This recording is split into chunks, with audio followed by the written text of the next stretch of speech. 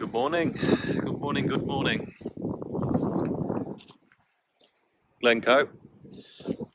Last night we stopped in a little off-road lay-by on the southern tip of Loch Lomond. Pulled over about 11:30. Just, weren't in a rush, getting a little bit tired, so why not kip? Done another hour and a half now, and just look at it.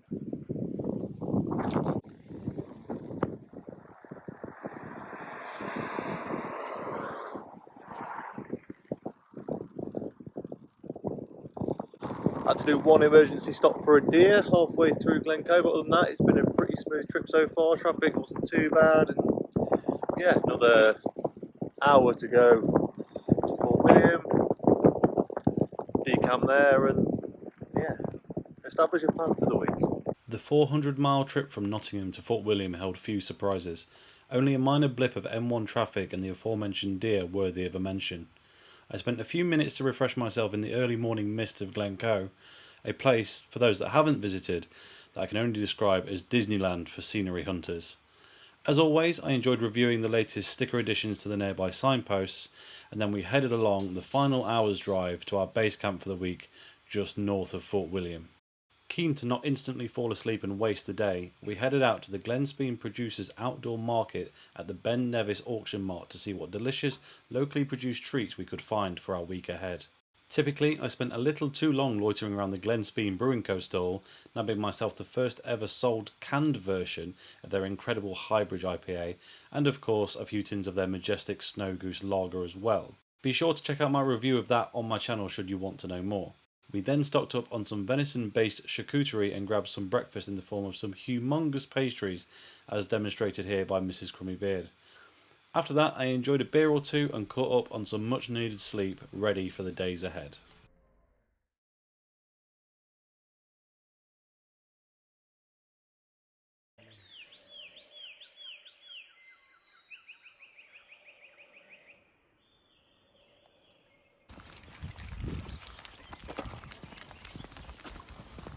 Good morning, day 2. Start for a walk, first thing, it's about 6:30. Slept most of last night, about a 10-hour sleep because we were absolutely knackered. So nice early morning walk, and today is the only guaranteed nice day. I don't know if you can tell, look at the sun and the blue sky that's already out. It is glorious. As a result, it's going to be a bit warm, too warm to do much with the dog, so early walk. And then, I think I better go visit what might be just my favourite place on earth. We continued our walk through the access paths and forest tracks below Ben Nevis's north face, taking in the fresh Scottish mountain air and the ever delightful pine aroma. A little later, I spotted this Mercedes Sprinter camper, which, to be honest, I just thought looked pretty incredible, and then tried to get a sneaky shot of these wild campers in what appeared to be some very impressive hammock tents. We then took a minute just to stand and appreciate the immense silence, interrupted only by a flurry of birdsong.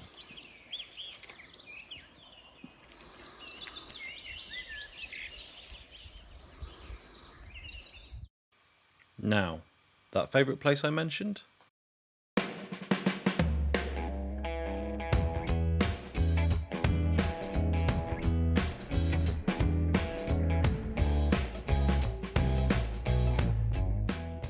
That's right, the Black Isle Bar, Fort William. Okay, favourite place on earth might be a bit of a stretch, but it is my favourite bar, bar none, pardon the pun. Black Isle Brewery are one of my absolute long-term favourite breweries, as many of you will know, and this is one of 2 of their own tap rooms, serving fresh organic beer in a myriad of styles, as well as rustling up some of the best wood-fired pizza the Highlands has to offer. All in all, it's a recipe for a very good time. They even had a new beer on tap that I was yet to try, and were kind enough to allow me into the closed-off upstairs facility to film a review. Hello and welcome back to the channel, and welcome somewhere, out of my studio. I am at the Black Isle Bar in Fort William. That didn't go quite as planned. Not only was the room large, echoey, and I only had my phone to hand, but there was music playing in the background as well, meaning simply, well, I just couldn't use the footage. Instead, though, I'll give you a quick rundown of this beer. So, this is a brand new beer from Black Owl Brewery called Chameleon. It's a 3.6% English style pale ale. It's proper session ale stuff. In the glass, it's almost clear. There's a bit of a haze about it, but and at this point, I realised that the background music might just be my undoing for this video. On the nose, though, it's slightly floral, quite citrusy, with a pretty decent malt character. Overall, it smells pretty damn sweet. Right, let's get into it. Cheers, everyone. My instant reaction is that Black Owl simply do not make a bad beer. It's light, it's refreshing, it's fruity, with a proper robust bitterness that you simply don't get in many proper session pale ales these days. I have to say, it has a real piney quality though, much like the Forest Air we'd enjoyed earlier in the day, and despite being listed as an English style pale ale, it is a real tip of the hat to West Coast IPA styles. It's at this point I properly realise how unusable this footage will be and head outside to continue talking to the camera. Right then, folks, I'm outside now because, the music playing there was a bit loud. This is a glorious little secret garden they've got at the back of the Fort William Black Isle Bar. Nice little place. Let's take a little look around, shall we? Look at it. Proper little good shed. Not bad at all. Now, we came here today because we thought we were going to be able to sit outside. It's the one day of the week that's got good weather forecast. Bright weather this morning. Really sunny, beautiful blue skies. I'll pop a picture in just so, for proof. And, well, that says it all. Look at that. Grey cloud and a bit of rain ever since we got here. But, trying new beers out. It just makes it worth it, really. So, I'm filming a large kind of my whole trip kind of video at the minute, so this is going to be a short review. There'll be more information, more stuff on this bar in the main thing, but yeah, until then, final thoughts on this beer.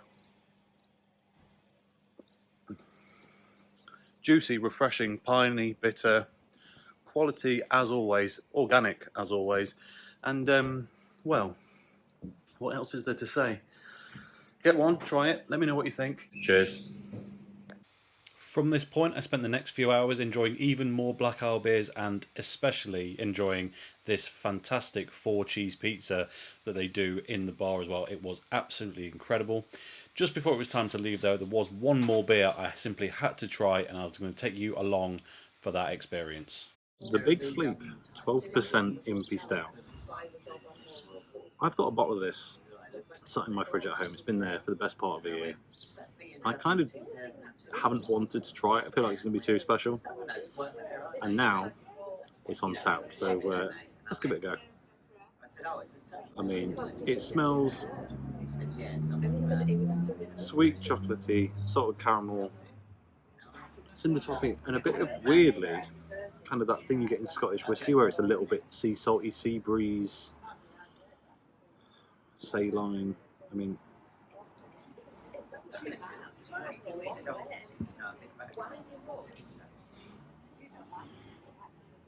you know already.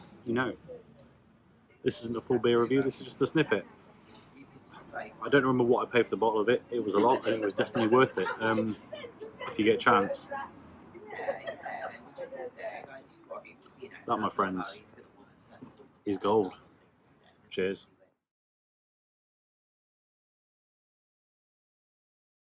Right, day 3. Been a bit of a lazy one, to be honest. Got back from Black Isle Bar. Did go to one other pub in the town on the way back to getting a cab, but yeah, didn't do much last night.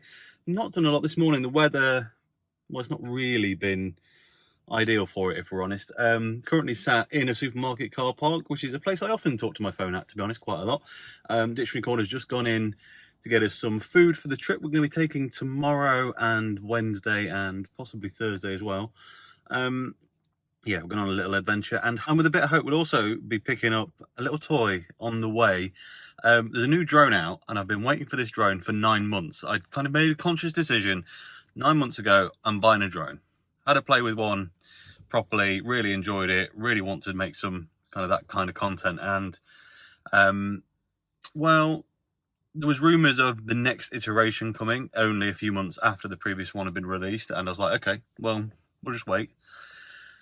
It took a lot longer than expected. So anyway, it's finally been announced and it's released tomorrow. However, if I order it online for delivery, it'll arrive before we go on this trip, which is kind of a good use case for it, which is a bit annoying. There is one chance, however, which is Argos, weirdly. There is an Argos in Fort William, and whilst they generally don't have a lot of stock because it is just a small place compared to where many Argos stores are. However, because of the nature of Fort William and what people come here to do, they do stock a lot of drones. So, fingers crossed, in the morning, I'll be able to reserve one and go get it. I'm going to stay up till midnight, see if I can do it on my phone. Yeah, they just need to finally get them on the site, I guess. So, yeah, getting some food now. Going to go for a little walk again. But really, we're just keeping it chill and gearing up for what should hopefully be quite a special trip tomorrow. The rest of our day was spent exercising our 3 huskies under the gloomy and anxious skies over Ben Nevis.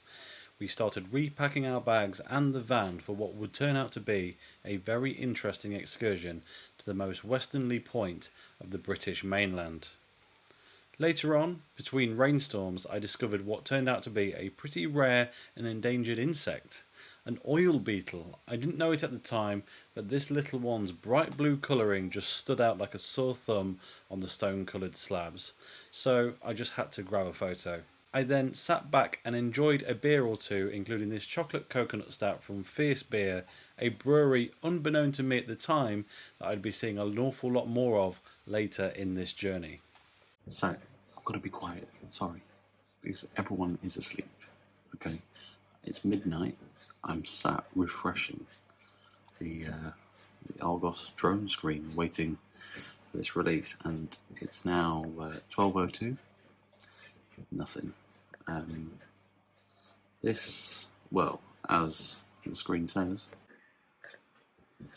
yeah, this didn't go to plan.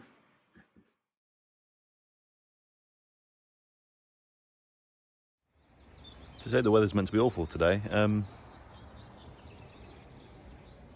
we'll take that. Scotland's always got a surprise.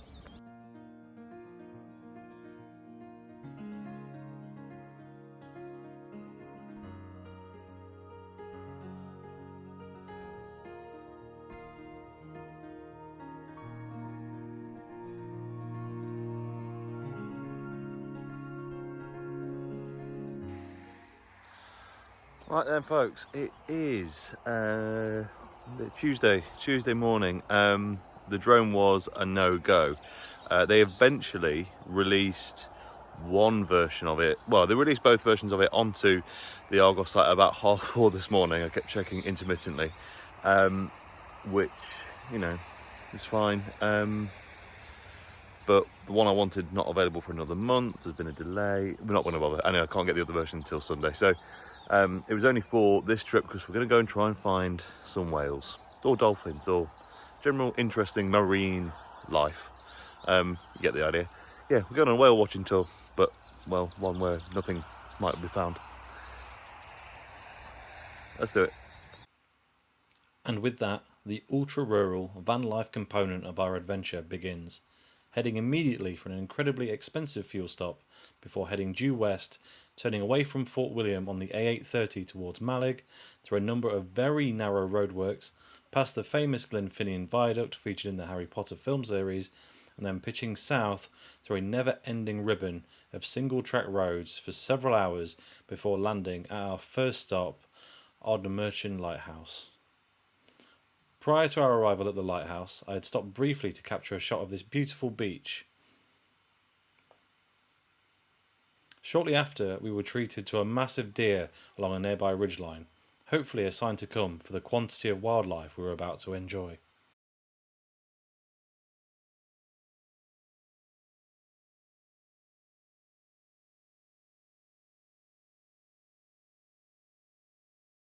Now we cut to me filming myself, explaining that we have indeed arrived at Ardnamurchan Lighthouse and it is in fact incredibly windy.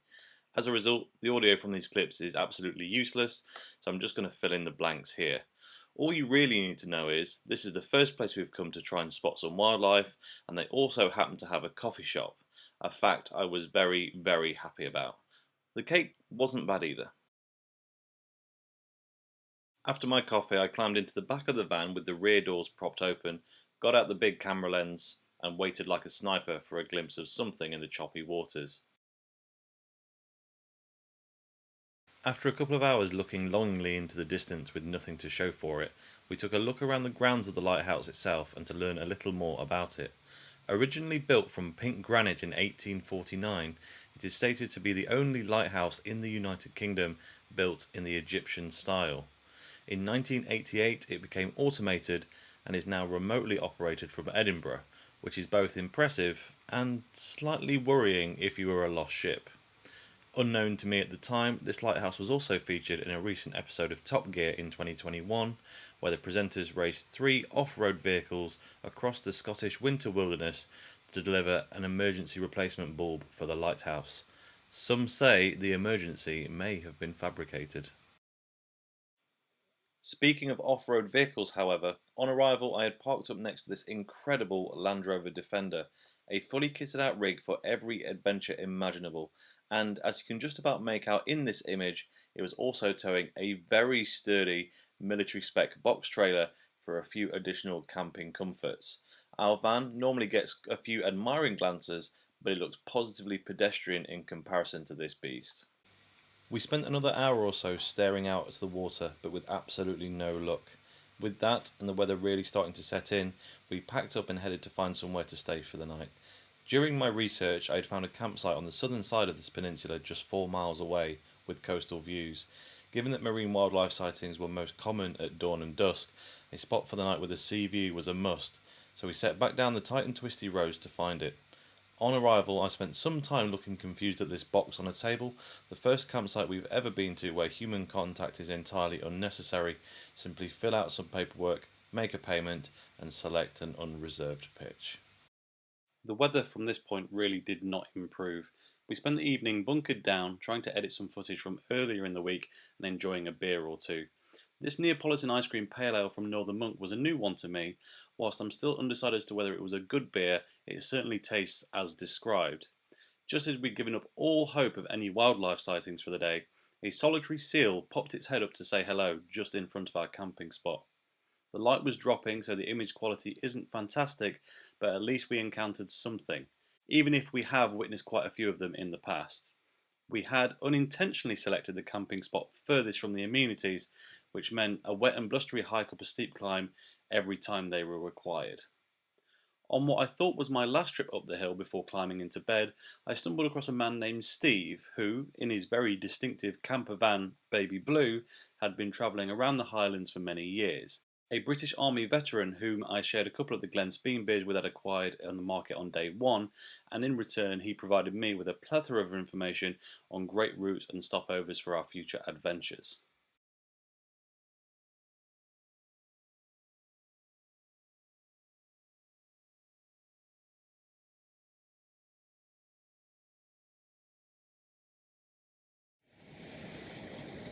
Good morning.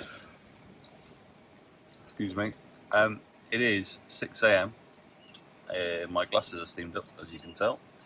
'Cause I've already been outside and got very, very wet. As you can probably tell, it's blowing a gale. It's very, very Scottish weather this morning. So, yeah, I'm just kind of hoping this will all blow over. And then we can start to hope a chance for some more marine wildlife. We did see a seal yesterday. I will put a picture in, but it wasn't a very good picture. It was getting late. It was too dark for the camera, really. So, yeah, plan is pray to the weather gods, have some breakfast. I think head back to the lighthouse where we were yesterday, just to sit there for a while, because I think that's the best chance of seeing anything. And then head inland, well, towards the mainland, but still on the coast, on this estuary, and try further in for tonight for a wild camp spot. Yeah, I need coffee. With the blustery storm continuing, we opted to make do with a quick bowl of overly sugared cereal and headed back to the lighthouse to make use of their excellent coffee shop. Before we left, however, I did muster one last piece of advice for camping in the Scottish summer. Yeah, just a reminder, doesn't matter what month of the year it is, pack warm clothes. It's free.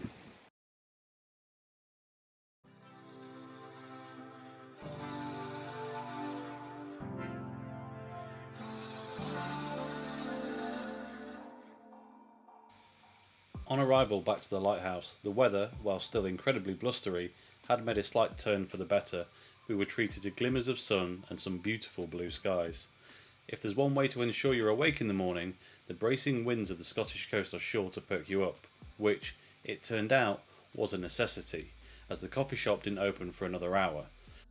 I once again talked into the camera with zero chance of anything being audibly captured due to the gale, but in short, I summarise that it's so windy, spotting anything will be difficult given the number of waves produced, and that we'd been there an hour and so far had spotted absolutely nothing. Right, it's time for that coffee.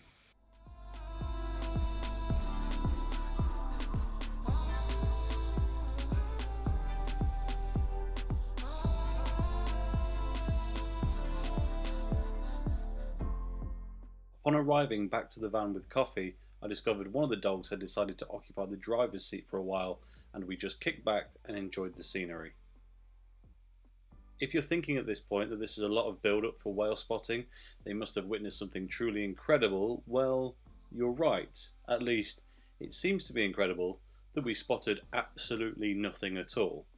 Other than this photo of a small bird that I was fairly pleased with, we spotted absolutely nothing of interest, which, for a location that in recent days had seen pods upwards of 20 dolphins, minke whales, basking sharks, and even an impressive family of orcas, our bad luck was really something quite spectacular.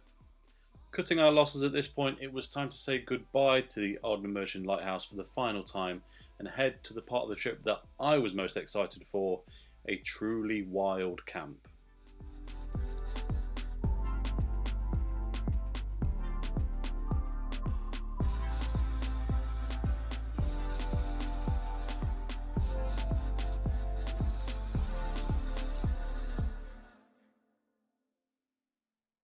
Due to the weather and the minimal amenities available, we hadn't eaten a great deal since leaving Fort William nearly 2 days ago. So there was only one thing for it, some super tasty burritos. Cooked up quite literally in the middle of nowhere with all of the essential toppings of salsa, guacamole, sour cream and cheese, thanks to our recent addition of a fridge, we were in for an incredible feast. These went down an absolute treat.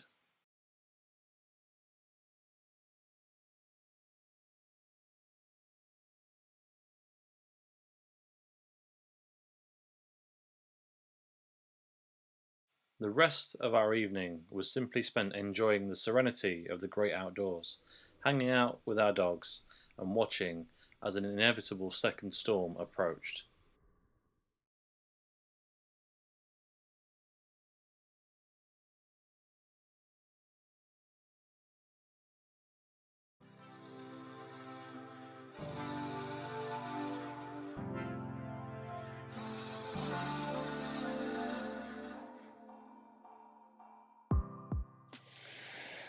Good morning. What a good morning it is. Look at that. Absolute tranquility. Which is not what I can say for last night. Last night the wind was bad and got slightly worse and got slightly worse. And it was meant to die down kind of 10, 11 o'clock. So we left the pop top up, slept in the roof. And I don't know what time it was this morning. But the rain became biblical once again. It was horrendous. I'm surprised that we are still here, that the van has not been washed away. The wind, the cover, the light cover on the front is still on. That's pretty much a miracle in itself. But that said, waking up to this I had a fantastic night's sleep. I can't complain. Now, there is one slight issue here. I didn't talk to the camera a lot last night. I was very tired. But a tiring day, not spotting any whales. Well, I found this spot on Google Maps, and most vehicles have definitely been down here before. Let me show you. So this is where you get into this bit from the road, where it goes slightly lighter. That is where the road is, and then this is just a mud path down to a small stream, and finally to where we are parked.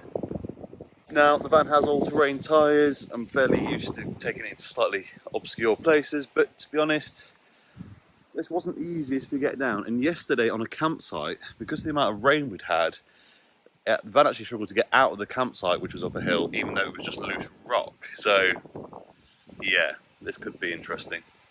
I might be stuck here forever. I guess we'll see very soon. And on that note, it was seriously time to start thinking about getting out of here and heading back to Fort William. The next 3 days were going to be much more hectic, and we needed as much rest as we could get. The dogs were fed and let out for a final stretch before we put the kettle on for a quick van-side coffee, and then on to seeing exactly how difficult it would be to get the van out of this spot. The van got away from its parking spot better than I'd expected given the previous night's deluge. It's not evident from the camera angle, but although parked on a relatively flat bit of ground, the immediate path in front of the van was in fact on an incline. Really pushing my luck to have had not so much as a wheel spin at this point, and we're headed for the tiny stream. Having no underside protection on the van made this action a little nerve-wracking, but there was ample clearance, even if only just. Needed a bit more power to get the van's momentum going up the bank onto the road, and other than a few shoots of mud up the wing mirrors, there really wasn't a great deal to talk of, at least on camera. What you couldn't see after this point is that I needed to stop so that Mrs. Crummybeard could get back in the van, and there was nowhere flat to do so, which meant stopping on a muddy incline, normally a recipe for disaster. Thankfully, I'm here to tell this tale, so we weren't stuck for long, but it did require a little further convincing for that final push onto the road. I should state, however, that this wasn't a completely boneheaded manoeuvre, as I always carry escape tracks should I find myself in a sticky situation. On the route back to Fort William, we stopped off at a traditional smokehouse to pick up a few local delicacies in the form of some incredibly local salmon and a couple of smoked cheeses, together with the venison charcuterie we picked up from the market on the first day, made for an exceptional Scottish platter.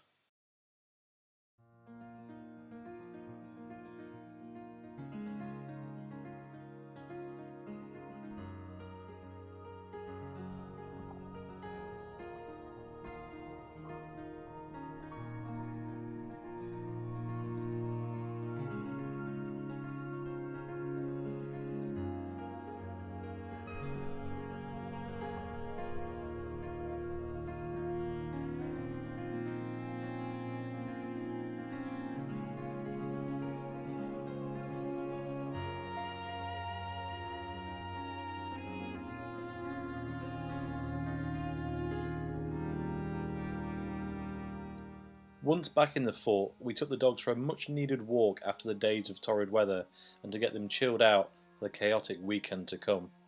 A lot had changed in Fort William and the foothills around Ben Nevis since we'd left just a few days earlier. People had arrived. A lot of people. There were camping configurations you wouldn't normally dream of, and back at base, my van seemed to have spawned some offspring. Whatever, I wonder, could be about to happen. This is Scotland. We're back in the fort. Happy 18th birthday, Fort William! And I, for one, can't wait to say these words. We're back in the fort!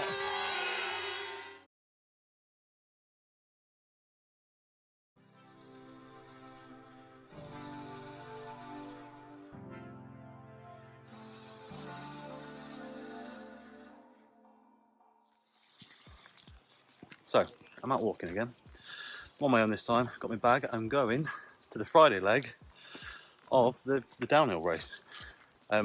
It's the UCI Downhill World Cup British leg, or I don't know what the official name is, but you know the thing that I'm here for. I've got my Glen Spean t-shirt on and this backpack making me look like I'm wearing a push-up bra. Not flattering. I'm not totally alone though. I've got that one. First time taking a dog to one of these events. Friday's always dead quiet compared to the Saturday and Sunday, so I thought it'd be nice to have him with me, but also nice for him to have a little mill around, do something well he doesn't normally do. He's the most suitable of the three for this sort of adventure, so yeah, let's see how we get on. Could be interesting.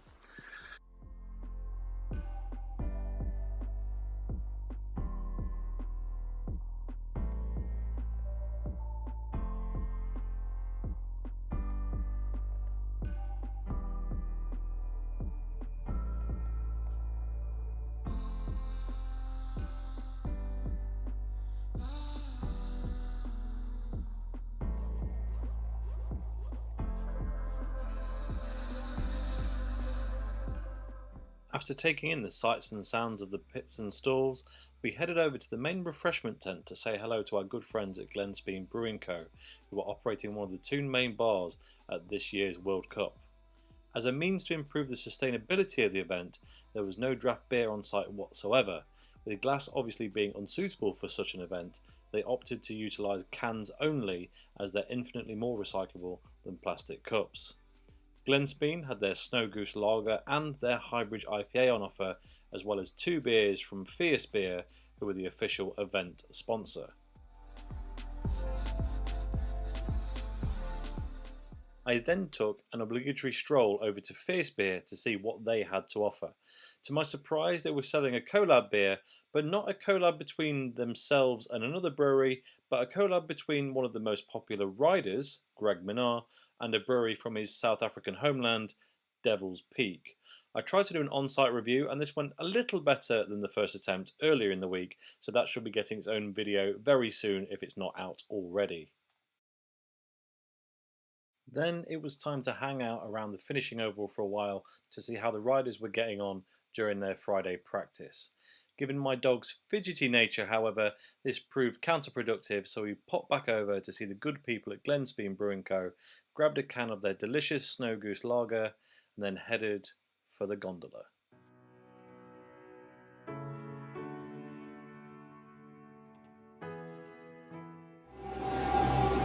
Right, folks, we're in the gondola going up, taking a dog on the gondola. Not the first time, I've brought them all up before, but it's always slightly awkward. They don't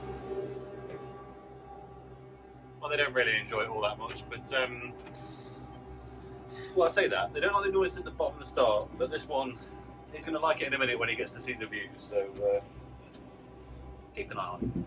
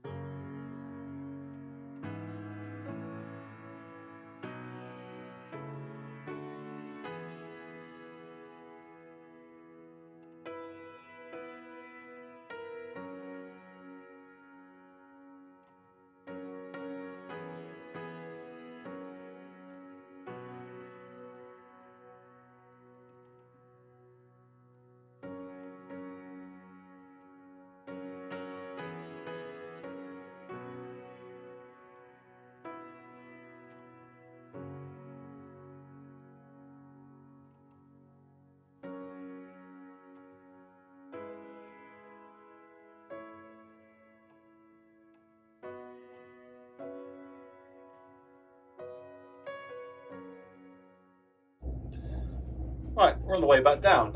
Not a lot of footage from the top because bumped into a load of people that I know who I've been here with a few times in the past. I got talking to them and totally forgot about filming anything. But no, it's having a good day. He's been given a load of treats that he probably shouldn't have had, and yeah, loving life. Loving life. Not sure what the plan is now. I'll probably have another beer down at the bottom and then make a slow walk back home. And that concludes our first day at the downhill event. As you can probably tell, the weather's changed. It's very wet. Got a slightly damp doggo. Where are you, mate? There he is. Just walking back now. So this is probably the end of this day. We had a good time. I think Anuk might have made the official televised stream. It was filmed by a few of the kind of the actual reps, and he's had lots of fussers, lots of pictures. He's had a whale of a time. Had a few decent beers. Glen Spean as always. Had some okay things from Fierce. Yeah. Anyway, more beer tomorrow.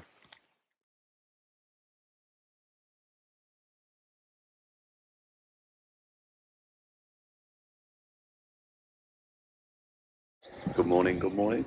Still wearing that t-shirt, I need to change, only just got up. It's my birthday. Happy birthday to me, and there's a nice little birthday surprise. The mountain, Ben Nevis, is actually clear for the first time. We can properly see it. Look at it, basking in the sunshine.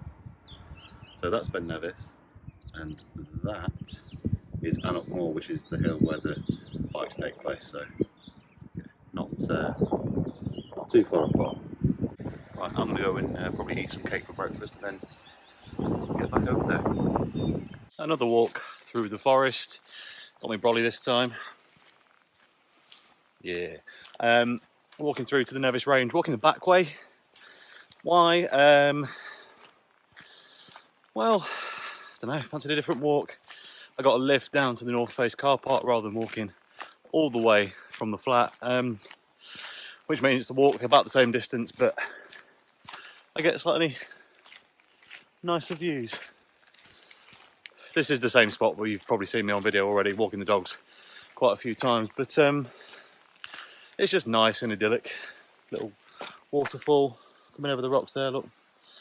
Very nice. Plan of action for today, well, it's qualifying for the bikes and for the Formula 1, but that's not what I'm at. But that will play a part later. So we're going to get there, we're going to go straight up the gondola, and I'm going to meet a load of people that I met yesterday and I've met here a few times before, and we're going to walk the track down. I'm already tired from a lot of walking yesterday, so I'm going to be knackered, but hey, got to do something interesting on your birthday, right? So that's the plan. Be a load more beers. Might even have snuck in a few little bits of whiskey as well, so have that later. Yeah, let's do it.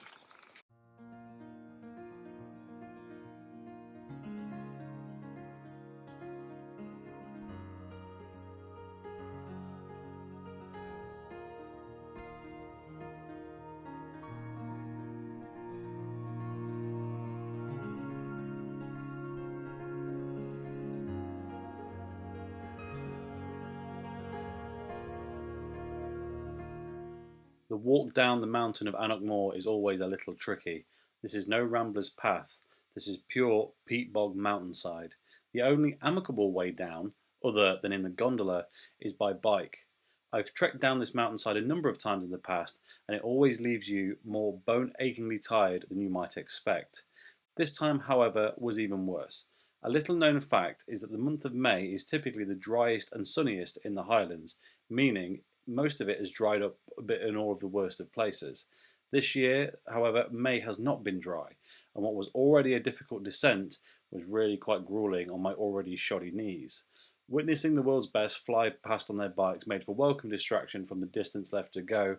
Let's just take a moment to witness just what is possible when man, machine, and mountain synchronize to perfection.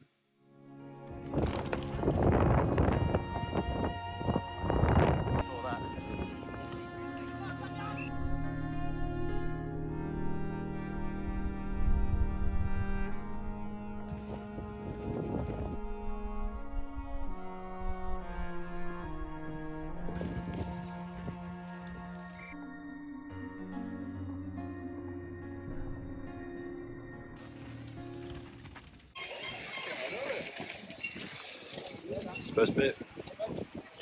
First beer is my birthday. Cheers.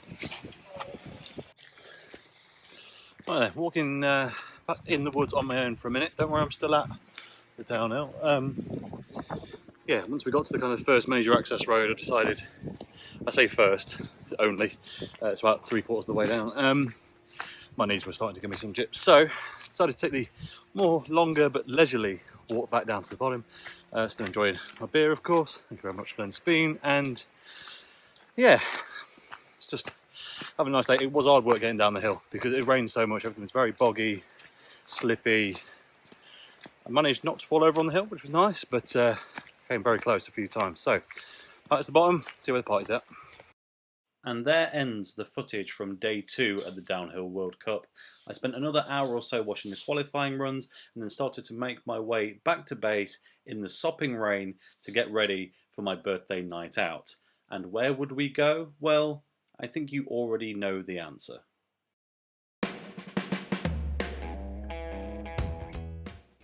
You're thinking, Tom, you look like you've had a few beers. Yeah, I have. I'm back in the Black Owl Bar. You may recall this scenery from earlier in the week. It's absolutely rammed in there. I had to come outside to shoot some footage.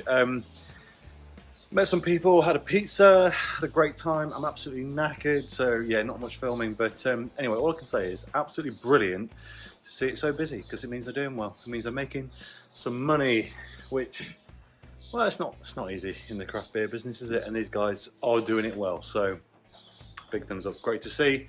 Thank you very much for my birthday pint, Black Isle, much appreciated. But I've bought another fair few as well, so don't worry, not doing them in. And had a lot of food, so yeah, all good. This will probably be the last clip from today because another half a pint's time I won't be able to know what I'm saying. But yeah, good birthday. Cheers all.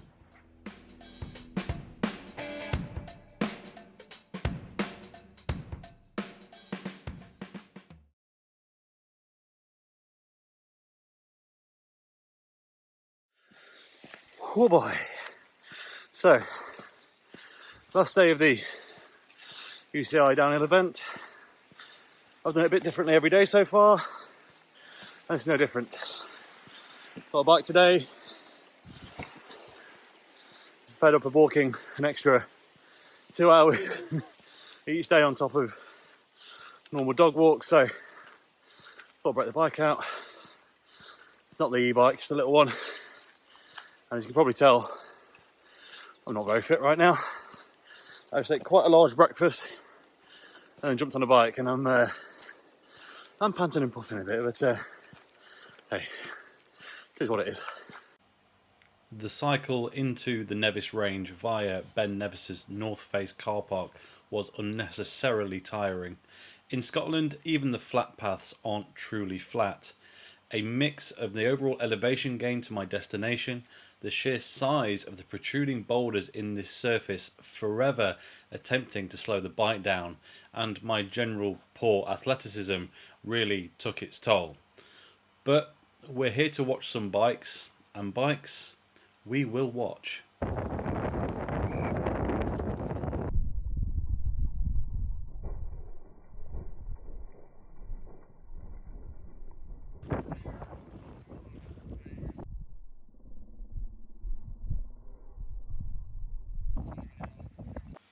Initially, I locked my bike up for a while to take a wander around the pits and garages just one last time.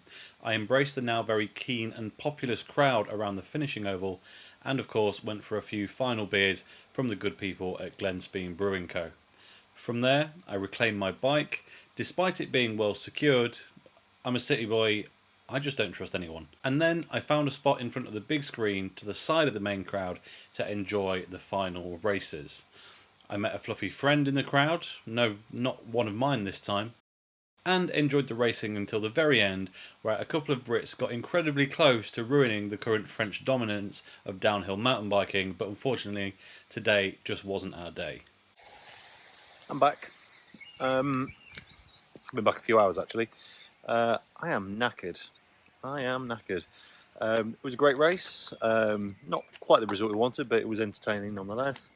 And yeah, just had a generally very good day. Props again to Glen Spean for being not the official brewery of the tournament. We'll talk a bit more about that later. But they were the local supplier, which was nice, and well, their beer was the best, so that's all that mattered. But yeah, I've had one of those holidays that I think in a few days' time will feel very refreshing, but right now I need to sleep for a bit. So yeah, I'm gonna get packed up, go to sleep, water dogs in the morning, pack the van, and get the hell on out of here, just so I can look forward to coming back again.